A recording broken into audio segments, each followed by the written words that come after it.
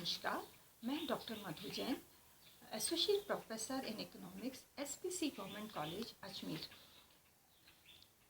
आज का मेरा विषय है भारत में श्रम बाजार। कल हमने भारत में श्रम बाजार की स्थिति का थोड़ा सा अध्ययन किया था और देखा था कि कृषि क्षेत्र में क्या स्थिति है। उसी बात को आगे बढ़ाते हुए आज हम अन्य क्षेत्रों में श्रम बाजार की भारत में स्थिति का अध्ययन और विश्लेषण करेंगे।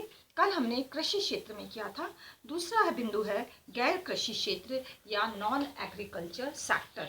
नॉन एग्रीकल्चर सेक्टर या गैर कृषि क्षेत्र में रोजगार और बेरोजगार संबंधी अनुमान, जनसंख्या की गणना, उद्योगों की वार्षिक समीक्षा और प्रतिवर्ष समीक्षा के आधार पर तैयार किए गए हैं। कुछ शोध कार्यों के द्वारा रोजगार ढांचे के अनुमान और पहचान करने के प्रयास भी किए गए हैं। प्रोफेसर कृष्णमूर्ति ने पाया कि शहरी क्षेत्र के लिए बेरोजगारी संबंधी आंकड़ों में स्थिति को बढ़ा चढ़ाकर दिखाया गया है। कृष्णमूर्ति द्वारा किए गए अध्ययन के अनुसार अनपढ़ वर्ग में बेरोजगारी का स्तर निम्न और स्नातक या उससे अधिक शिक्षा प्राप्त वर्ग में बेरोजगारी का स्तर कुछ अधिक है और माध्यमिक शिक्षा प्राप्त वर्ग में सबसे अधिक था। नेक्स्ट है विशिष्ट समूह, स्पेसिफिक ग्रुप। श्रम बाजार में चरों की गत्यात्मकता के कारण अर्थव्यवस्था के अंदर ही कुछ विशिष्ट समूहों के साथ पक्षपात होता आया है। यह वर्ग नारी, कमजोर वर्ग, उच्च शिक्षा प्राप्त श्रम शक्ति है। जहाँ तक स्त्रियों का संबंध है, इनके द्वारा उच्च शिक्षा प्राप्त कर लेने के पश्चात भी इनके साथ लगातार पक्षपात होता आया है। नेक्स्ट है स्थानीय श्रम बाजार, लोकल लेबर मार्केट। वर्तमान में स्थानीय श्रम बाजार के अध्ययन से पता चलता है कि इन बाजारों में मजदूरी का निर्धारण पूर्ति के चरों से प्रभावित होता है। श्रम की गतिशीलता पर संस्थागत कारकों की अपेक्षा निजी कारकों का अधिक प्रभाव पड़ता है। प्रोफेसर जौहरी और मिश्रा ने इस बात पर काफ़ी जोर दिया है। उनके अनुसार स्थानीय श्रम बाजार के उदय से उस क्षेत्र की औद्योगिक संरचना को काफ़ी अधिक प्रभावित किया है। इसके अतिरिक्त श्रम बाजार की एक अन्य प्रमुख विशेषता जो है रोजगार में स्थायित्व और उस क्षेत्र में कार्य की अधिमानता है। एक और अध्ययन में जौहरी और मिश्रा ने पाया कि श्रम की पूर्ति पर आयु, कुशलता, अनुभव का भी काफ़ी प्रभाव पड़ता है, जिसके फलस्वरूप मजदूरी निर्धारण की प्रक्रिया प्रभावित होती है। नेक्स्ट है भारतीय असंगठित श्रम बाजार, ऑर्गेनाइज लेबर मार्केट। जब श्रमिक इकट्ठे हो जाते हैं और संगठित होकर कार्य करते हैं तो इस अवस्था में मजदूरी के दर का निर्धारण किसी और ढंग से होता है। श्रम की मांग और पूर्ति का श्रम संगठनों पर प्रभाव पड़ता है, अतः इसका भी अध्ययन किया जाता है। मजदूरी का आधुनिक सिद्धांत संगठित श्रम बाजार में मजदूरी निर्धारण का अध्ययन करता है। ऐसी परिस्थिति में आर्थिक निर्णय जो है अपना अलग ही ढंग से प्रभाव डालते हैं। नेक्स्ट है असंगठित श्रम बाजार, अनऑर्गेनाइज्ड लेबर मार्केट। इस बाजार में मजदूर इकट्ठे नहीं होते, संगठित नहीं होते हैं और इस प्रकार के बाजार में मजदूरी का निर्धारण मांग और पूर्ति की शक्तियों के द्वारा ही होता है। ये मुक्त अर्थव्यवस्था की स्थिति होती है। आधुनिक जीवन में यह परिस्थिति कम पाई जाती है क्योंकि अधिकांश उद्योगों में अब श्रमिक संगठित हो चुके हैं और जब बाजार संगठित होता है तो आर्थिक शक्तियां जो है अलग ढंग से कार्य करती हैं। इस प्रकार भारत में श्रम बाजार में कई प्रकार की स्थितियां पाई जाती हैं। नेक्स्ट है भारतीय श्रम बाजार की विशेषताएं।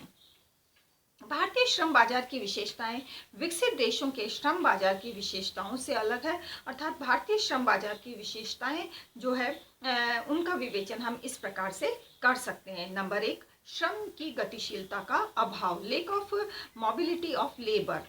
भारत की संस्कृति इस प्रकार की है कि कोई भी व्यक्ति अपना घर छोड़कर जाना पसंद नहीं करता है। इसी मोह के कारण भारत में गरीबी और बेकारी व्यापक है।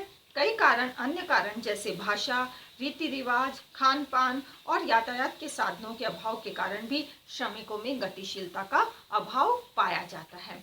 दूसरा है कुशल श्रमिकों का अभाव। भारतीय श्रम बाजार की एक विशेषता ये है कि इस बाजार में अकुशल श्रम की बहुलता पाई जाती है। जबकि कुशल श्रमिकों यानी स्किल्ड लेबर का अभाव पाया जाता है। इसका परिणाम ये होता है कि एक तरफ तो बेरोजगारी की समस्या है और दूसरी तरफ प्रशिक्षित श्रमिक नहीं मिलते हैं। उद्योगों के विकास में कुशल श्रमिकों का अभाव एक बहुत बड़ी बाधा डालता है। परिणाम स्वरूप औद्योगिकरण की प्रक्रिया धीमी पड़ जाती है और इस स्थिति का निवारण करने के लिए उचित प्रशिक्षण देकर हम इस कमी को दूर कर सकते हैं, यानी श्रमिकों को कुशल बनाया जा सकता है। नेक्स्ट है नियंत्रण का अभाव, लेक ऑफ कंट्रोल। श्रम बाजार में नियमों की कमी है। जहां तक श्रमिक संगठित क्षेत्र का संबंध है, वहां पर थोड़े बहुत नियम विद्यमान हैं, जैसे मजदूरी का भुगतान, क्षतिपूर्ति, सामाजिक सुरक्षा आदि से संबंधित नियम। भारत जैसे देश में श्रम बाजार में अभी भी असंगठित क्षेत्र का ही ज़्यादा बोलबाला है, जिससे देश की अधिकांश श्रम शक्ति अभी भी नियमों के क्षेत्र से बाहर है। जैसे कि खेतीहर मजदूरों के संबंध में हम देख सकते हैं कि उनके बारे में कोई नियम नहीं है। यद्यपि सरकार लगातार जो है लेबर लॉज बना रही है और कई नीतियां भी निर्धारित कर रही है। आशा है कि शीघ्र ही श्रम बाजार में भी नियंत्रण हो जाएगा और श्रमिक नियमों के अधीन आ पाएंगे।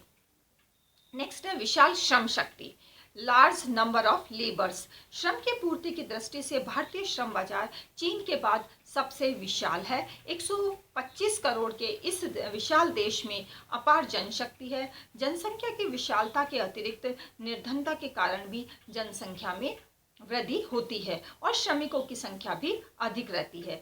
जीवन निर्वाह के लिए बच्चों और स्त्रियों को भी काम करने के लिए बाध्य होना पड़ता है और श्रम की ये पूर्ति मांग से अधिक होती है। अतः मजदूरी की दर निश्चित रूप से नीचे ही रहती है और देश में बेकारी की समस्या हमेशा विद्यमान रहती है। औद्योगिकरण की धीमी प्रगति भी इसका एक महत्वपूर्ण कारण है। नेक्स्ट है संगठन की कमी, लेक ऑफ ऑर्गेनाइजेशन। भारत के श्रम बाजार में अभी भी संगठन का अभाव पाया जाता है। हालांकि कुछ उद्योगों जैसे लोहा, चीनी, कपड़ा आदि के मजदूर संगठित है, परंतु उनके संगठन में बहुत सी कमजोरियां पाई जाती है। लघु उद्योगों और खेतीहर मजदूरों में संगठन का अभाव है, इसलिए इन व्यवसायों में मजदूरी दर का निर्धारण मांग और पूर्ति की शक्तियों के द्वारा होता है। इन व्यवसायों में मजदूरों को कम मजदूरी प्राप्त होती है क्योंकि मजदूरों की पूर्ति जो है उनकी मांग से काफ़ी ज़्यादा होती है। नेक्स्ट है आकस्मिक प्रकृति, कैजुअल नेचर। भारतीय श्रम बाजार की एक विशेषता इसकी आकस्मिक प्रकृति है। विनिर्माण उद्योगों में भी श्रमिकों की आकस्मिक प्रकृति देखने को मिलती है। प्रोफेसर हिक्स के अनुसार अल्पविकसित देशों में श्रम बाजार की प्रकृति अत्यधिक प्रतिस्पर्धात्मक होती है।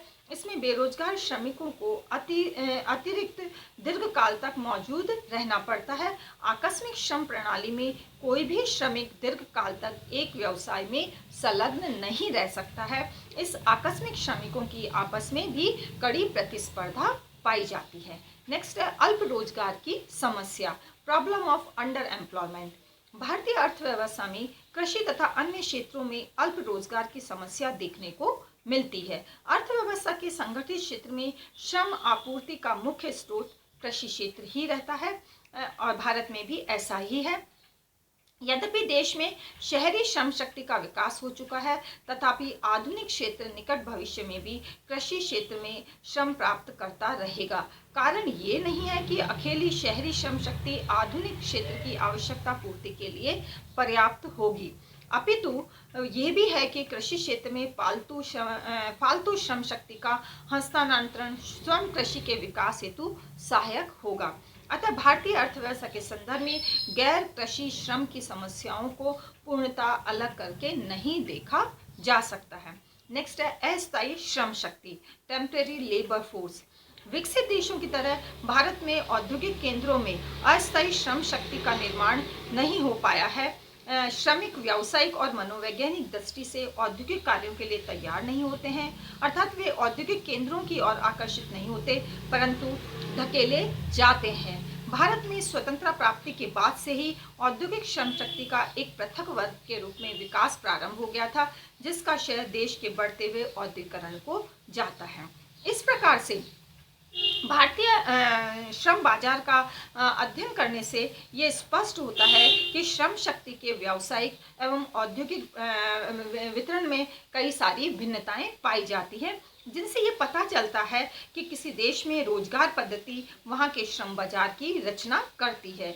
दूसरे विश्व युद्ध के बाद श्रम और रोजगार संबंधी विषयों का सभी देशों में महत्व इसलिए और अधिक बढ़ गया क्योंकि यह अनुभव किया जाता है कि रोजगार संबंधी नीतियां राष्ट्रीय अर्थव्यवस्था के लिए बुनियादी महत्व रखती है। भारत में स्वतंत्रता के बाद से औद्योगिक श्रम शक्ति का एक पृथक वर्ग के रूप में विकास प्रारंभ हो गया था। इसका श्रेय देश में बढ़ते औद्योगिकरण को जाता है। श्रम बाजार के आंकड़ों का प्रयोग श्रमिकों से संबंधित नीतियों और नियमों के बनाने के लिए किया जाता है। भारत में वर्तमान में देखें तो कोरोना जैसी महामारी को लेकर अकुशल श्रमिकों और कुशल श्रमिकों में बेरोजगारी लगातार बढ़ती जा रही है और ये समस्याएं काफ़ी विकट होती जा रही है। इतना ही इति। नमस्कार।